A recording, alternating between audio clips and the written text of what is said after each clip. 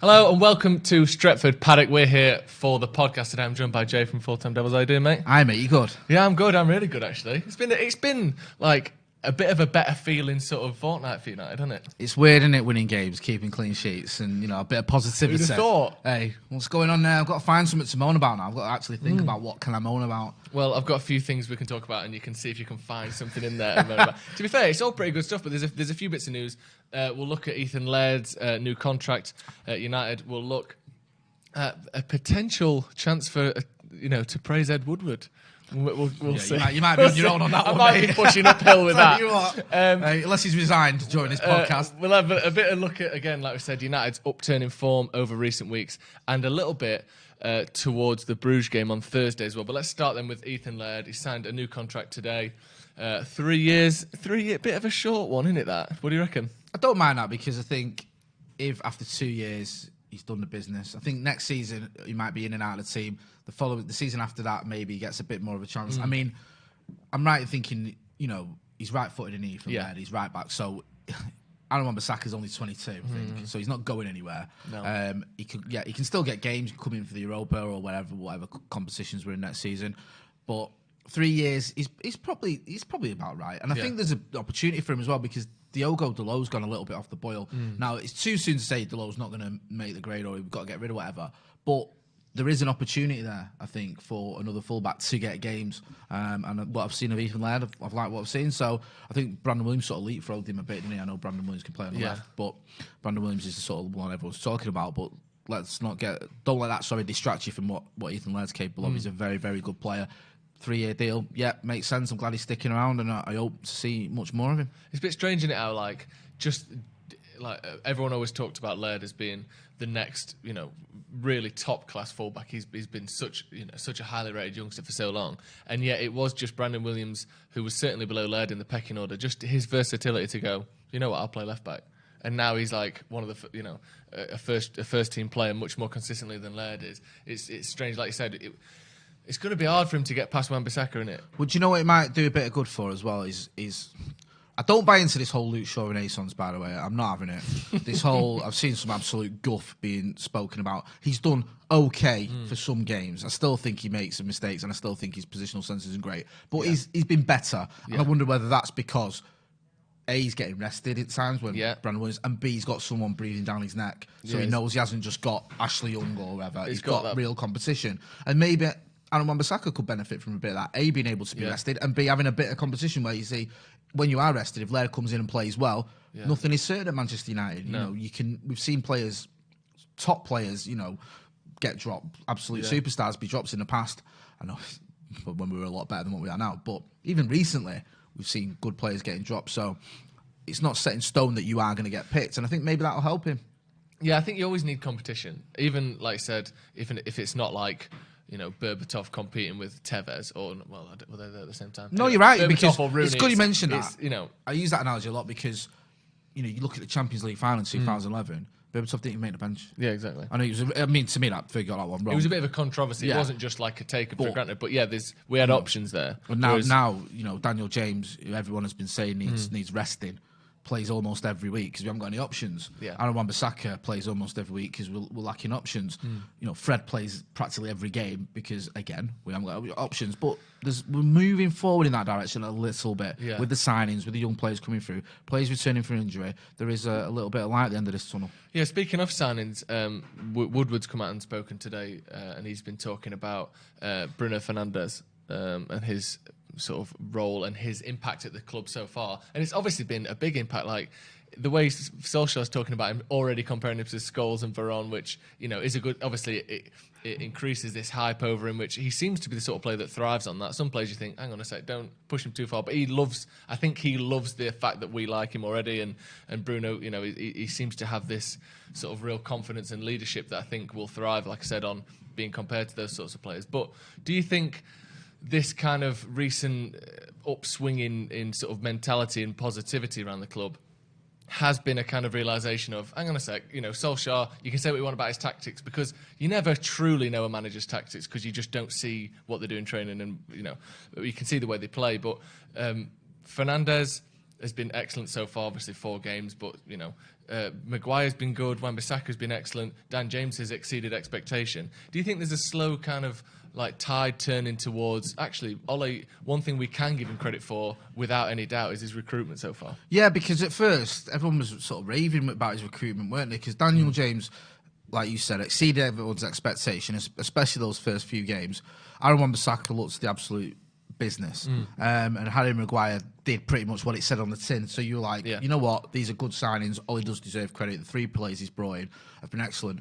Then it tailed off a little bit. There were question marks about Maguire. Dan James, his form went out the window. Even Aaron Wan-Bissaka, people were questioning, he's still not getting it going forward. So has Ole got this right? But I think so far you look at it and you take stock and you think, yeah, his signings have been good. I think obviously it's too soon to tell how good Fernandes is going to be, but from what we've seen so far, I'm more than happy. And Igalo, I mean, it's almost like a bit of a win-win, isn't it? It's a free hit, it's a free hit, so because it's like Dan James. If Dan James doesn't work out, you spent pennies on him in relative terms. If Igalo doesn't work out, you spend, $100,000 a week, whatever it is we're paying him, so it's not the end of the world. So I think Ole does deserve credit. I've always said with all his transfers, my criticism of him wasn't the players he brought in, it was just releasing players or getting rid of players or loaning out players and not replacing them. That was my only issue. I thought we shouldn't have got rid of Herrera, Lukaku especially, and not brought someone in. Yeah. So that was one of my criticisms. But in terms of his recruitment, I can't really fault it. I mean, some of them are pretty obvious. I don't think he had to be a genius to spot on Wan-Bissaka. We say that though, but you look at who Van Gaal brought in. People like Depay was meant to be one of the best young talents in the world. Schweinsteiger, who's proven long career, World Cup winner. Schneiderlin, again, upcoming player who's been excellent for Southampton. Yeah, Southampton he was. Even Luke Shaw, who up until maybe a season ago, you wouldn't have said was a successful signing. They all kind of look like, not no-brainers, but, well, yeah, this makes sense, that makes sense, that makes sense. Most of them aren't here anymore. Like, Daley Blind left, which, rightly or wrongly, I thought he was pretty good, but he knew Daley Blind from the national side, and even when he came into United, he never truly stood out. I think United always seem to make signings that are pretty obvious, but the fact that they don't always work out goes to show that I think sometimes it's more than just, I think there is something to signing the obvious player that actually does still work out, because it's not a dead cert, is it? No, it's not. And I think the main difference here may be the sort of the manager's input into these transfers. Yeah. I don't think that Louis van Gaal came into United and knew much about Luke Shaw before we signed him. Probably. I don't think he knew a lot about Morgan Schneiderlin. I think these were players that our scouting team had looked at and said, we're going to buy them. Let's not forget, we tried to sign Ander Herrera before Van Gaal came, and we signed him after he came. Yeah, so that tells you it was a scouting network or Yeah. someone above Van Gaal or whatever who suggested that or who tried to make that deal happen. But I think the difference here is Ollie's been a bit more hands-on with these transfers. So he wanted a right back. He was happy with Aaron Wan-Bissaka coming in, and he got him. He wanted Dan James. He knew a little bit about him, and he got him. He wanted Harry Maguire. It wasn't a case of someone saying to Ole, you're going to get this player. Even if you look at it with Fred and Mourinho didn't want Fred. No. He didn't. You can tell he didn't want him. He's never played him. Yeah. No matter what the situation, 1-0 down against Juve, and he's got him on the bench. And what does Jose say after the game? Yeah, I had no options on the bench. I've just spent 52 million on a midfielder, and you won't even give him a cameo. Yeah. So the sort of difference for me now is Ole is involved more in the transfers than some of the previous managers. Mourinho did have a big say in the transfers. I'm not denying that, but not all of them. And I think sometimes he settled. He's like, I want a midfielder. I can't get the one I want. All right, they're going to give me We'll take Fred just to stop City, haven't Yeah, do you know what I mean? It was that sort of nonsense. And he obviously, then again though, he wanted Maguire, didn't he? And he made no secret of that. There's a conflicting reports. I was speaking to, we did an interview a few months ago with Duncan Castles. Now, whether you like Duncan Castles or not, I think we can all agree he does seem to have a sort of... Him and Mourinho have got a little working relationship with Mourinho. Well, you say working relationship, I say bromance. Yeah, bromance. Yeah. Now, he was adamant that Mourinho hadn't really earmarked Maguire at first. Right. And it was sort of, when he saw him, it was sort of later in the day that he was happy to have him, but by then the club were like, well, we're going to go for Golding or whoever it was. We were trying to go Boateng or whatever. So it was all a bit confusing on that front. But yeah, Harry Maguire... towards the end of his time, especially at Leicester, you looked at him, you thought, that is just what United need. I was absolutely convinced we had to get him. I thought he's a really good player, and I think we're beginning to see that as well. Yeah, I think he's had a bit of criticism. I think and most of that is just from... I think the comparisons to Van Dijk were always going to be there because of the price, but Van Dijk came into a more settled side, first of all. Van Dijk, probably, if we're being honest, is a more sort of physically complete player than he's quicker, he's better on the ball, maybe. Well, but that's the thing. Maguire actually is good on the ball. He's not that quick, but as most of your speed as a footballer comes from your brain, how you read the game, how quick you are to react to things, what position you're in. Because really, all of these players can run 100 metres in 11.5 seconds. Do you know what I mean? It's all about how quick your mind is. And Maguire, I can't think of any times or many times this season where someone's just knocked the ball past him and gone past him. I think the problem with Maguire, I think you're completely right. Defensively, he's been pretty solid. Made the odd little mistake here and there, but nothing too drastic. But I think a lot of the issues we've had defensively aren't Maguire. I think it's either side of him. I think in midfield we haven't always had the solid holding midfielders or the solid protection that he's needed at times. Not all the time, but sometimes. And I think from our goalkeeper, De Gea, to me, a lot of the time, he's just nervous. He's nervous coming out of the bite. He's nervous commanding his area. He doesn't command his box very well. He's a fantastic shot stopper. I'm not denying that. But when you're watching United at times, you can see there's a lack of communication there, and it sort of breeds a little bit of nervousness across the back four and across the team. And Maguire tries to do what he's been brought in to do. He tries to carry the ball out. He tries to play it. And sometimes it comes off, sometimes it doesn't. But I think we have been a little bit harsh on him, and I know it's pretty obvious to say, but it's not his fault. No. We paid 85 million or whatever it was for him. He can't help that. No. We did overpay for him. I don't think he's worth that. I don't think that's his fault though. But he is a very good defender, and I think we're beginning to see that as well. I think we overpaid for him in the sense that, like I said, he probably isn't worth that based on his career. But I do think that any club that would have wanted to get him out of Leicester would have had to pay a similar fee. I think he had just got to a point where he was one of the most in-demand centre-backs in the league. I think City, whether they actually went in for him, certainly expressed interest in him. I think, obviously, we knew Mourinho liked him, so wherever he went next, he may well have tried to get him. I think it was always going to cost 60, 70, 80 million to get him out of Leicester. So I think it was an overpay, but I don't necessarily think it was that United tax that you hear about. I think you're right. And this is the weird club, Leicester, in the sense that sort of ostensibly they are a selling club. You look at them, you think, Mahrez, Kante, Drinkwater, Maguire, they're a selling club. If we really want Maddison, I think we'll get him. But they don't have to sell players. They're not skint. They've got these owners who have money, who believe in the club as well, and who seem to sort of have bought into it. Who have won a Premier League. Premier League, yeah. They're not just... They're all right, They're not just standoffish and not bothered. They seem to sort of really embrace Leicester. Yeah. So they're not a club that if you go to them, we'll give you 40 mil. Okay, then it's not like you're dealing with a Norwich or someone like that who have to sell or would be forced to because they need the money. They can dig their heels in a little bit and they can say, well, hang on a minute. And also, the other thing with Leicester is they're not that far, we've seen it this season, of challenging at the very top. So there's that part of it as well where they're thinking, well, hang on a minute. If we keep some of these players, difference between Champions League or not. So then you have to make an offer that makes it worth it for them. So it's difficult when you're dealing with a club like Leicester because, as I said earlier, they don't just have to sell. They're not one of these clubs that just has to sell. They will sell players, but if you look at even with Mahrez, that's City's record transfer signing, I think. It was at the time anyway. I think it still is. So they dug their heels in there. They weren't just going to go, well, you can have him for 30 million. You're going to Leicester and saying, we'll give you 80 million quid to reduce your chance of getting Champions League. Because it's not like you said, if they were finished sort of 10th, if it was sort of West Ham or Bournemouth or Everton, that kind of team where they're just going to finish somewhere mid-table probably either way. They might go, 50 million, we'll take it. But they're like, well, we don't need it. And we'll make 50 million by keeping him and getting in the Champions League. Exactly. So, that's why you've got to pay that extra, I sort of get it. So when I say, he wasn't worth it, I completely agree with you. I'm not saying, that's not a criticism of him. I think it was a little bit inflated and that's what we had to do.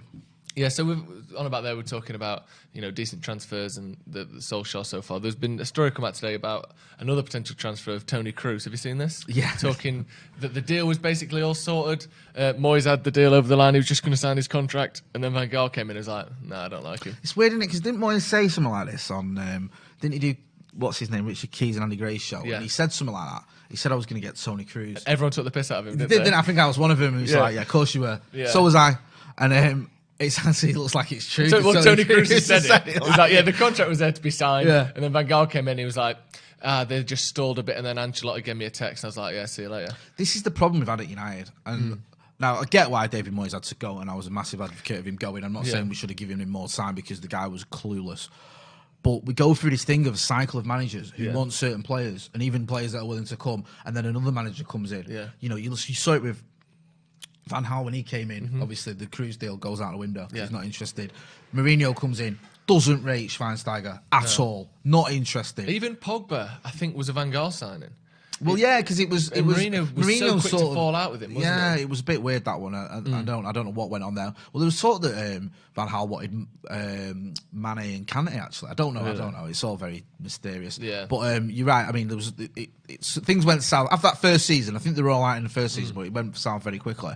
But yeah, we go through this cycle. You know, Ole came in, didn't rate Lukaku. Now Mourinho picked Lukaku every week. Who's the other player Mourinho always picked? Manuel Fellaini. Yeah. Ole gone, literally gone straight away. Yeah, I'm not having this. Mourinho's last major signing, Sanchez. Ole gone. First thing out the door, he walked into Carrington and held the door open for Fellaini to go as soon as he was already saying it as he was opening the door. Madawan, exactly. you can go, son. But this is the thing, we go through this cycle. So someone like Jose or whoever comes in, spends big money or brings in these players or rates these players. I know Fellaini was a Moyes signing, rates these players, and then the new manager comes in and doesn't. Yeah. So he has his own sort of ideas, and this is why sometimes you need to stick a bit. Yeah, because also if you look at the signings that all of these managers wanted to make, if you kind of follow, maybe Moyes is a bit different because he's not been. We don't really know what his team would have been because he wasn't there long enough. But Van Gaal and then Mourinho, if you kind of follow the trajectory of players and of signings they were wanting to make and the rumours of the players who they were going to sign.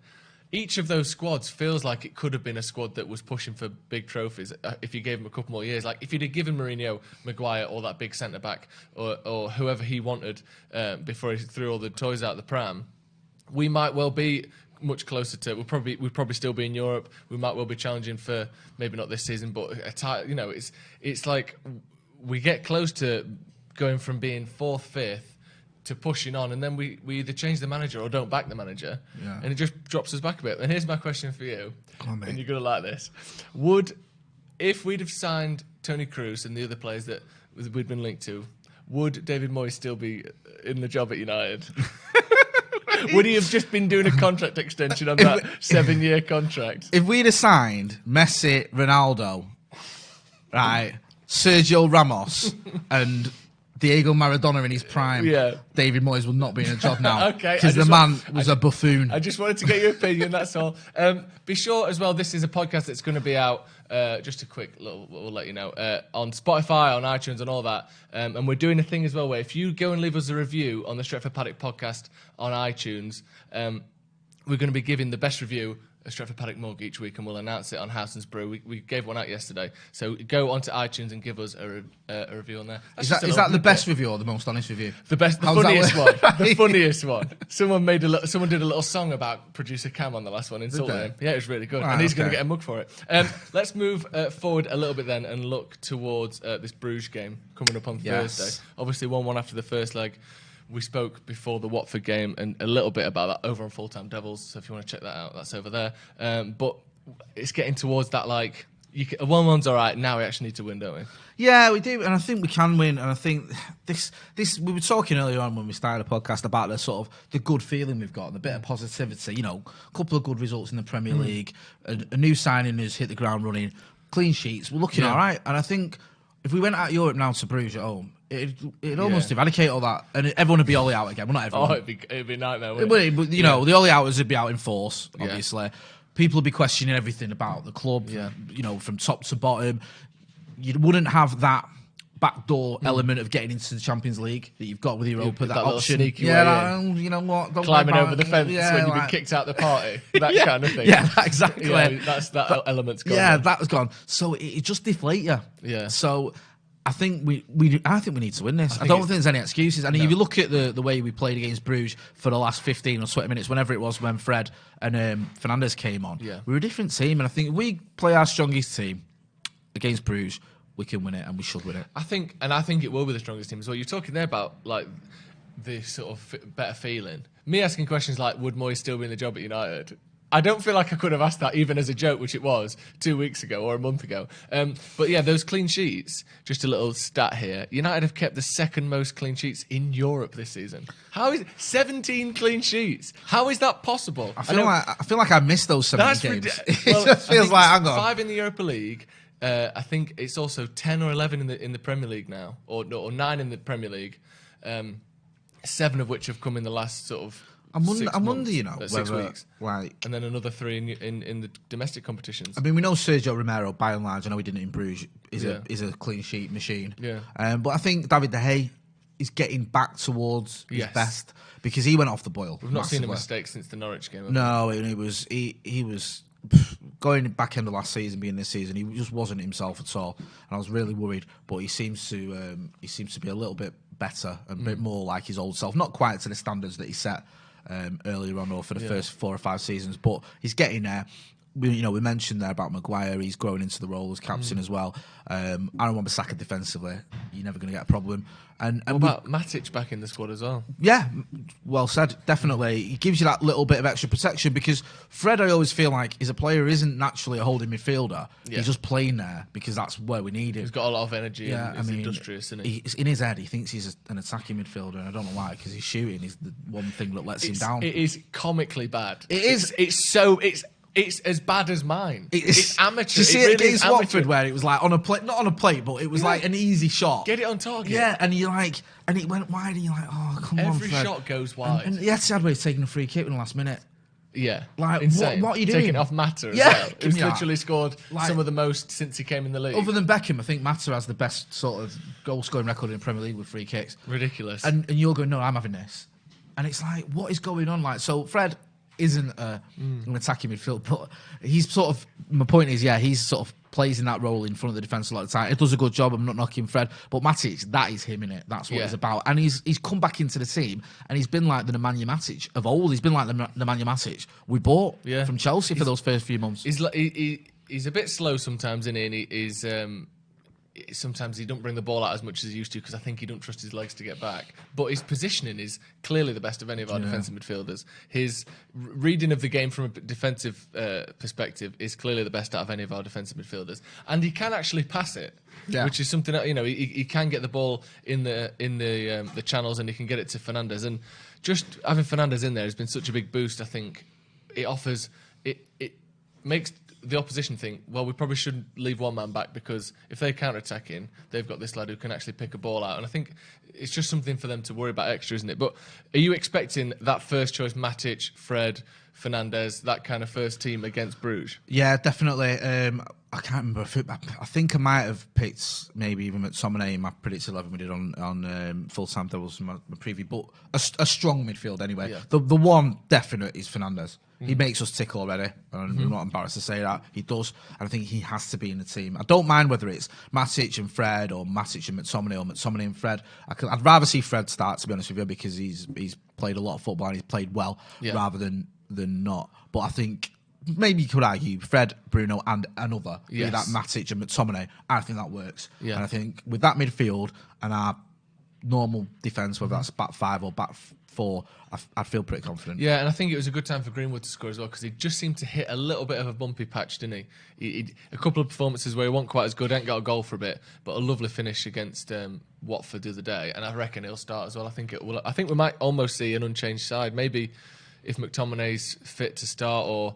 we might see, like I said, Fred coming out or something like that. But I think it's going to be pretty much first choice. It's got to be, and like I said, this game now, 1-1's a decent result, but if it's a 1-1 and then you go out, then it doesn't matter what the first result was. Do you remember on the Jose Sevilla?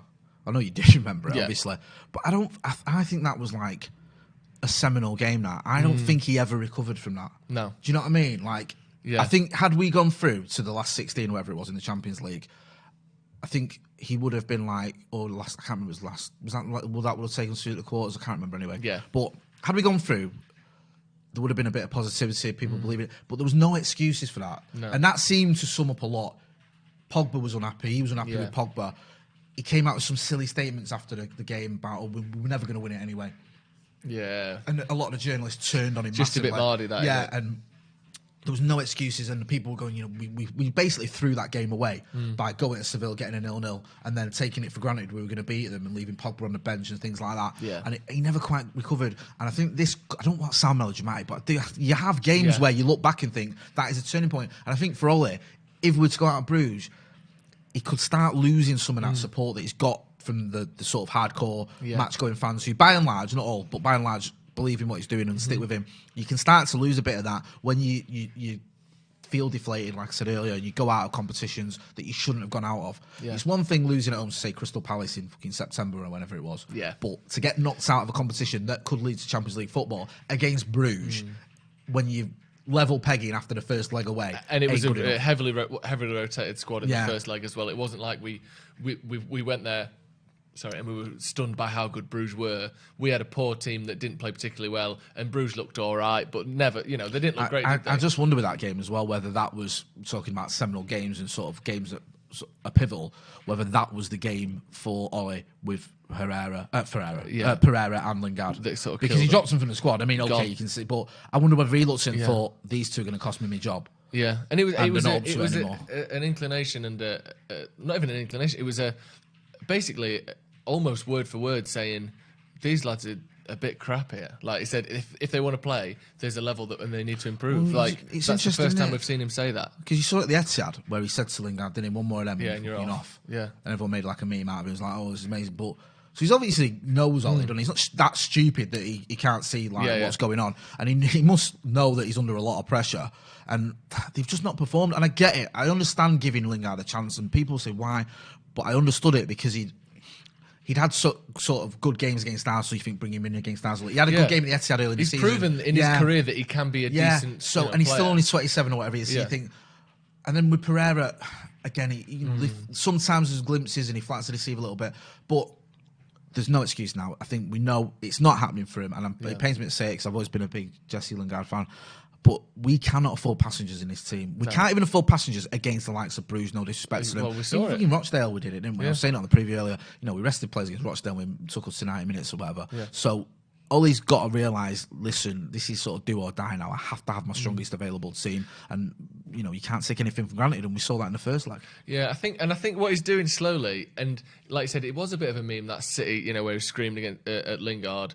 But what he's slowly doing is, one of the doubts over Ollie, one of the things people used to say about him was he hasn't improved players. I think you see that a lot less now because he's clearly improved Rashford, he's clearly improved Fred. Martial's on for the best season he's ever had at United. Yeah. Dan James, whilst he didn't necessarily improve him, turned out to be a bit of a shrewd signing. Yep. He's improved Matic again, he's improved McTominay. Like the idea that Solskjaer hasn't improved anyone doesn't hold as much water as it did.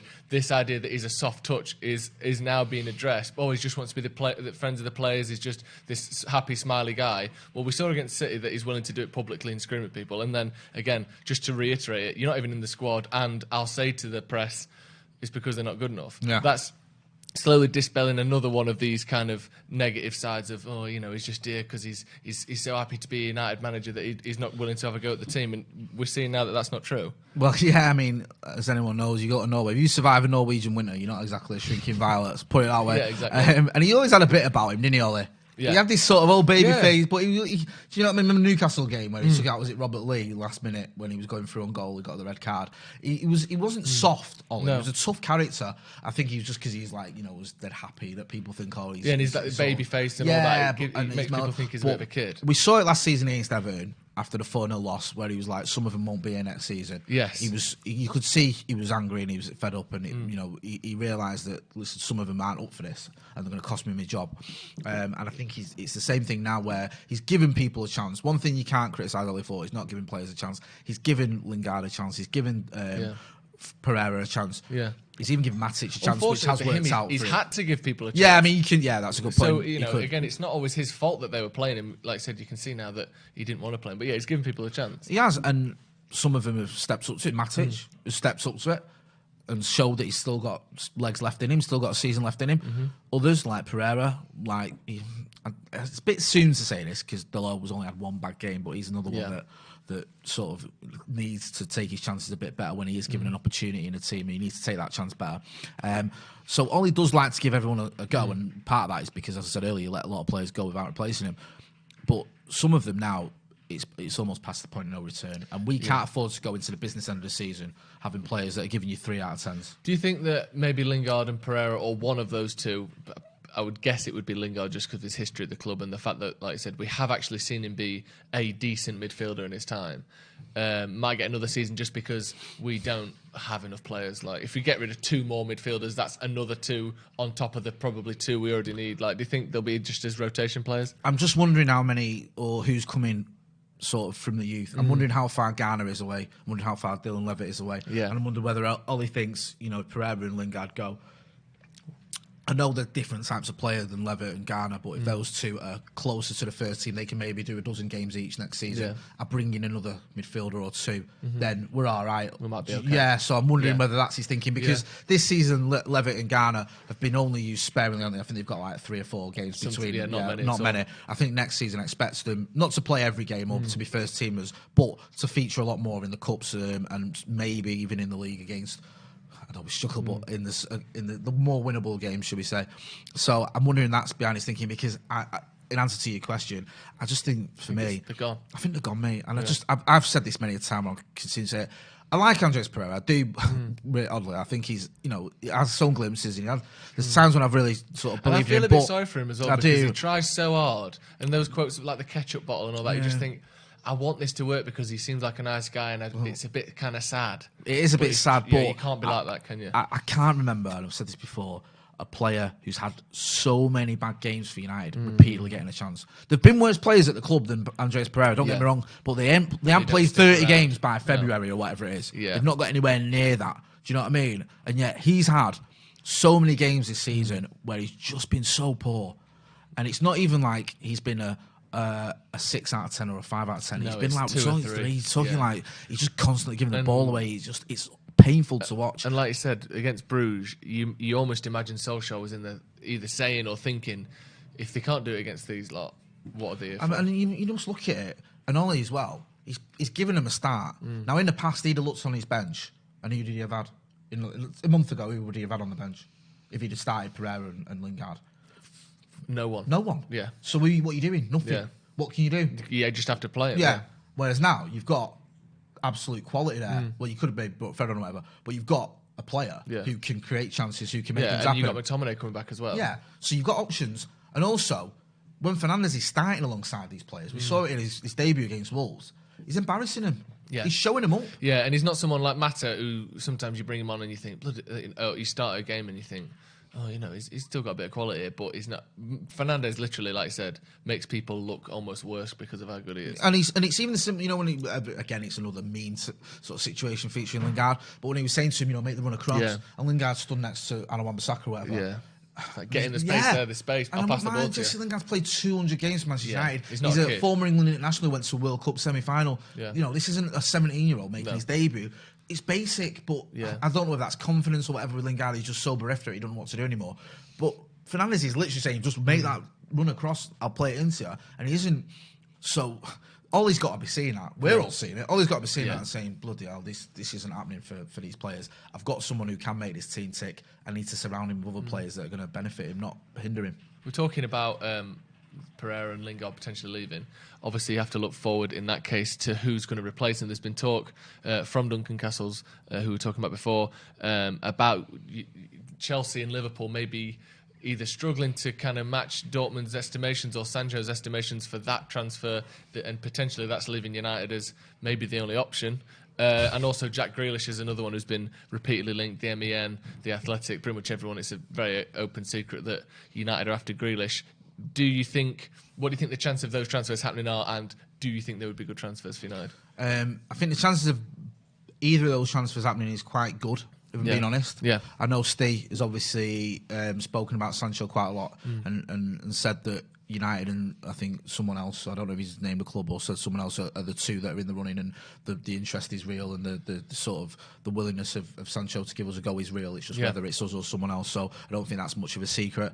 We definitely could use him. I think any team could use him in the world, honestly. Yeah. I think, you could argue maybe he wouldn't get in. He might not get into the Scousers if Salah stays there. Sad, but it's true, yeah. I'm not going to sit here and just settled. Say, would you drop Mo Salah for him? Probably not. Yeah, probably not. Yeah.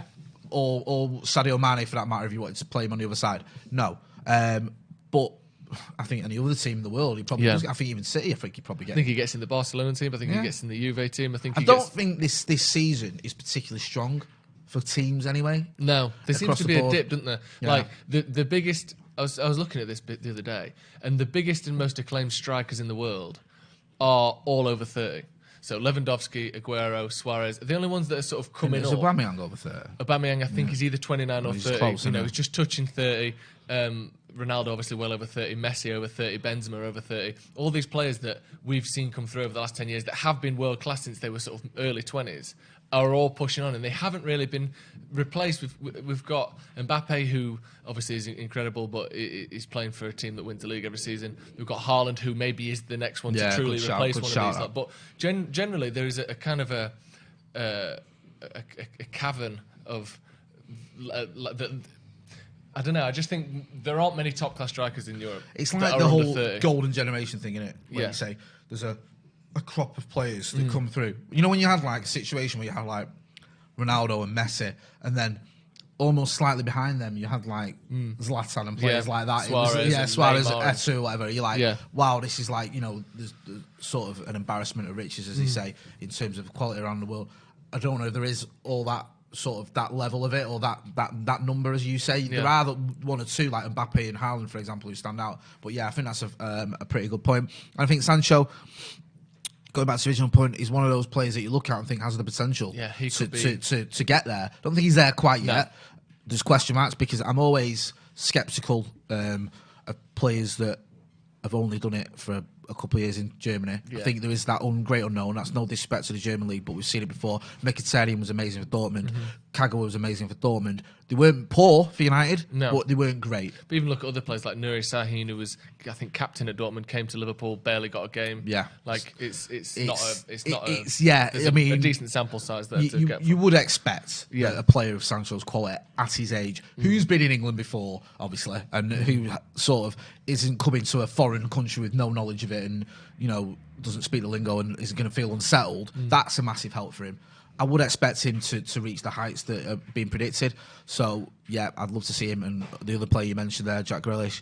You know, I've got to be honest, I wasn't a mad fan of his. I wasn't that keen on him. I thought he was a little bit overrated. I thought he was a bit of a sort of... He got a lot of credit because he rolls his socks down. And he's got a cool haircut. Cool haircut, and he'll do a bit of a, you know... Yeah, exactly. He'll do the odd bit of skill now and again. Everyone raves about him because he's playing alongside Dross. But my opinion completely changed when he came to Old Trafford, because I saw that guy get kicked all over the pitch and just keep getting up, keep causing problems, scored a great goal. And I thought, you know what? He's got a bit about him. It's not just hype. Yeah, I don't... It's not, because I think I was harsh on him as well, because he'd been overhyped by like Tim Sherwood or someone when he was at Villa. I think they get to the cup final against, was it City they played in the cup final? I can't remember. It might have been, I can't remember. Played someone in the FA Cup final that got absolutely dicked, and he went missing. And I was thinking, he's overrated, and he had that record in 20 losses in the Premier League. The longest ever start without a win in the Premier League. But that wasn't his fault, and I think you've seen it this season, what he's capable of. Still relatively young, mid-20s, early 20s. So he's 23, 24? Yeah, something like that. Can play in a number of positions as well, can't he? So I think we can get them both. I think we can. I think we should. I think we need options, man, not just one player who, you know, we'll get Sancho and then that's it, and then you're linking all. If Pogba goes, are we really any better? Pogba goes and Fernandes gets injured. Yeah, then we're back to square one. Yeah, exactly. It's back to old Pereira, come back, we need you. We need another midfielder, and whether that's Grealish or whoever, and we do need, I think, Sancho.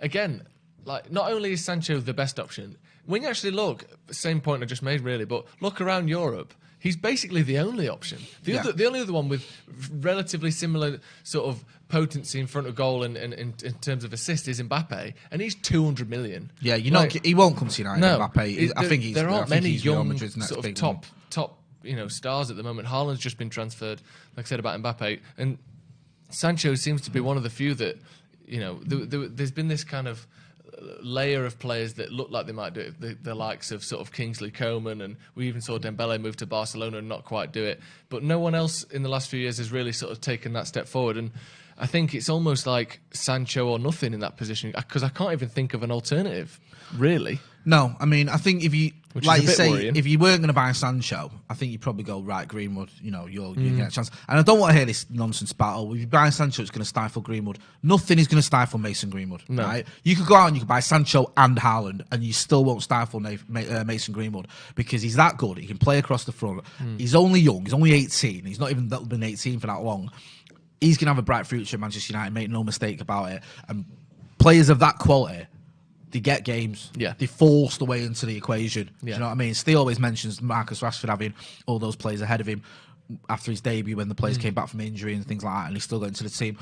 Ole, you call him super sub. He started a lot of games, Ole. He played a lot of games. He played in different positions. The other day, Solskjaer got a goal or assist every 130 minutes for United. It's ridiculous, that. Which is insane. That's insane numbers. Yeah, absolutely insane. To say he's coming on in games like he hasn't got the feel for the game. I know he started a lot of games, like you said, but people underestimate how many games he did start. But a lot of them were as subs, and he was such a brilliant player. But yeah, like Greenwood, I think, even if it's Martial, I think the chances of Mason taking Martial's spot, aren't particularly small over the next 3 or 4 years. You look at the way Rashford's come in. I just wonder with Martial whether long term he's going to be at United for the rest of his life. No. Is he going to, and that's not, before Martial FC, get on my case, he's bashing him, not a criticism of a player that came from Monaco, who is French, who may one day want to go to a different club, who may one day say, do you know what, I wouldn't mind spending a couple of seasons in La Liga or going back to France or whatever. That's okay. Yeah. And also, people forget, if he does really well for United, let's say he ends up with 25 goals in all competitions this season and does the same thing next season, we might have to sell him. It's not a guarantee that it's, we don't like him anymore. That might happen because obviously there are some downsides to him. But like I said, he might want to go to La Liga. He might want to go back to France at some point. So it's not a guarantee. He signed a new deal as well, didn't he, under Jose? Yeah. Which put him on decent money. He's on decent money, you know what I mean? Yeah. And you wonder whether there's a clause in it, a buyout clause or whatever. Yeah, most players do have it. And he can't have escaped noticing that United has exactly been flying. He's barely played in the Champions League, which for a player of his quality is an absolute disgrace. So, yeah, I could see him end up leaving. And if that was the case, then, if say Martial leaves in 3 seasons or 2 seasons, Mason Greenwood would be 21. Yeah. So it's not like he's missed his chance. And Rashford has just really sort of stepped up to looking like he's sort of edging on that kind of superstar level of this season where you think, actually, he can win us games by himself now. And that's when he's 22. He's been in the squad for 4 years. That's what I mean. Sometimes it takes a bit longer than you think. And if he's that good, by the time he's 22, he'll be starting for us regardless of who's I'm so excited, to see Mason Greenwood in a few years' time. Yeah, I think he could. I just hope it's not going to be a Rashford scenario when you've got a player who's firing and alongside players that aren't doing it. And I'm hoping we've got a team that's sort of worthy of him. Yeah, if that makes sense, because potentially there you could have with Rashford, with Martial, with Mason, and if we brought in someone like Sancho, fucking hell, mate, come on, that's mouth-watering. We're going to have a look in the comments now for a little bit before we go. If you've got any questions for Jay, let us know in the comments. Someone here asking, saying it's weird hearing them say Mason's only 18. How old are Haaland and Sancho? And look at what they're doing. What do you say to that? It's a good point. I think starters with Haaland, you'd never see that. He's a once-in-a-generation type. Yeah. That for a 17-year-old to come in and just bang in so many goals at the top level, at Champions League level as well, is unheard of. Yeah. Look at Mason, look at his career trajectory. The guy banged in a goal a game, I think, in the academy. Like 40 and 40. Yeah, so... And you look at what he's done as a first-team player, 5 Premier League goals, double figures already.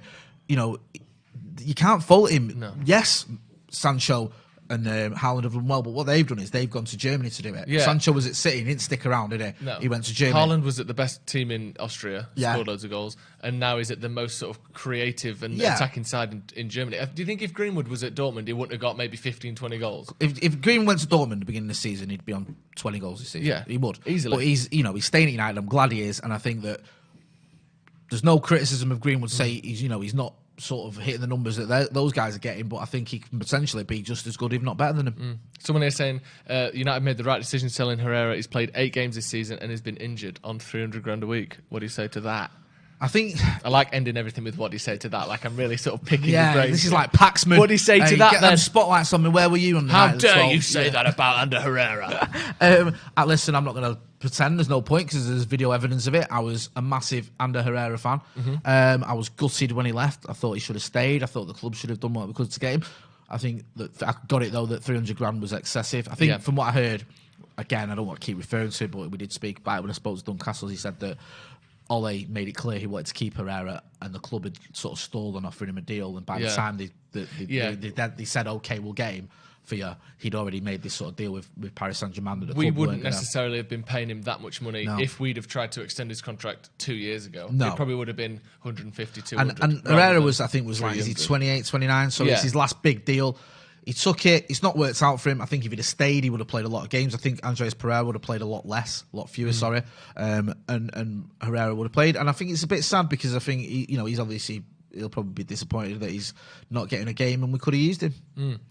Someone here saying, how many players do you think we need to become a consistent top 4 side? I don't think we're as far off as many people expect. Yeah. I think if you look at it, you mentioned there Grealish and Sancho, right? That's 2. Yeah?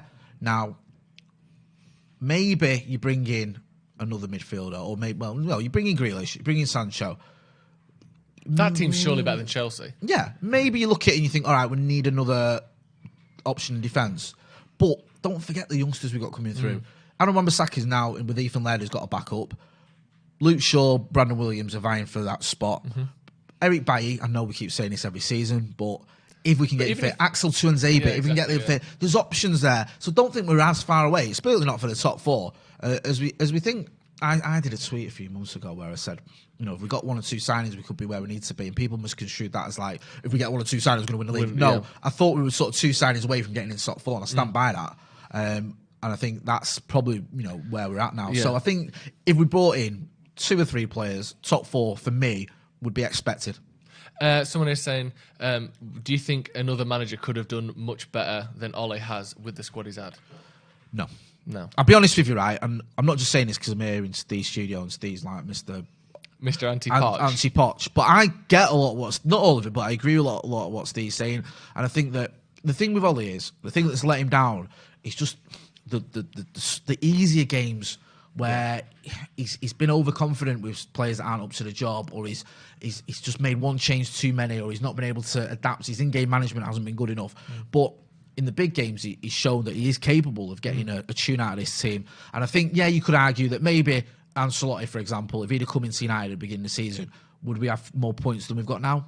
Maybe we could have, so that might contradict what I say slightly. Maybe we could have, but I don't think there'd be massive differences. And I think that Ole, I can see what he's trying to do, and you can argue that another manager wouldn't have given Williams a chance, wouldn't have trusted Greenwood as much as he has done, wouldn't have, had this focus on the academy as well that's convincing players like Ethan Laird to stick around. So I like what Ole's doing. He's not perfect, and I think Jory's still out. I've said that many times. I think that, at the end of the season, we'll take stock, and if we haven't got Champions League and we haven't won a trophy, he's going to be in serious trouble. But I think we need to get behind him, and I think there's a reason we need to get behind him. It's not just because of blind loyalty to a guy that scored a goal 20-odd years ago. It's because I think he's doing a decent job. Right, I think that's a great way to end it. Thanks very much for joining me, Jay. Like I said before, this podcast will be up in audio form on iTunes, on Spotify, and anywhere else where you get your podcasts. So if you go into the Stretford Paddock podcast on iTunes, leave us a 5-star review and leave a little comment with your Instagram or Twitter handle in there. And if whatever the best one of the week is, if you make us laugh, probably that's the best way of doing it. We'll give you a Stretford Paddock mug. So be sure to do that. Thanks very much for joining us, Jay. It's been all right, this. It's been good, hasn't it? Yeah. Cheers for joining us at home as well. We'll be back tomorrow for the preview for the game against Bruges, and we're back, of course, against Bruges for build-up, preview, team news, review, all that good stuff that we always do. So we'll see you in a bit.